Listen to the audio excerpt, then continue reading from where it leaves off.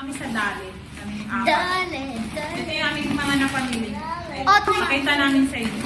Ice Pakita cream. namin Ito sa na. inyo isa-isa. Meron kami biniling ice cream. Ito kay Lovely. Kakainin na namin. Melon yung flavor. Kakainin na lang kasi nila. Kaya inuna ko na.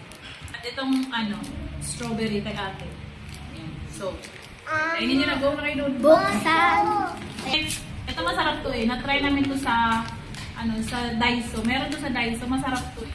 Kaya bumili kami nito. Tapos 4 nito, seaweeds. Paborito ni ate to. Pero hindi pa namin to na-try. Ito na brad. 4. Yung ketchup nila is Kulina ang pangalan. Kulina Banana Ketchup. Cover beets, 4. Ayan. 4 pieces. So, tanghon. May chocolate sila doon, guys. Meron din naman silang mga available na mga paninda kagaya sa mga grocery. Ayan. Yung iba lang may mga brands sila, may mga iba silang mga pangalan. Right? And light. Mas mura konti ito dun sa kanila, guys. Ayan. Ubi. Tapos itong Yakult nila, guys. Baka Cold. Diba? Baka Cold. Diba sa Yakult? Meron silang Baka Cold. Tapos yung Dip-Dip, 2. Wafer Stick, 2.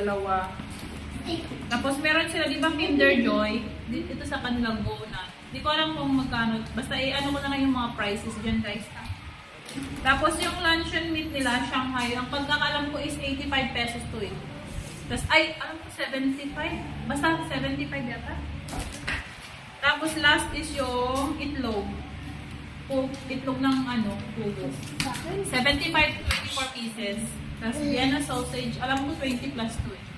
Ayan. From Dali.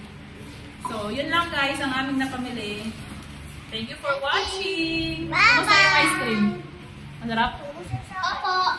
Sa'yo lang? Masarap? Okay. Bye guys! Thank you.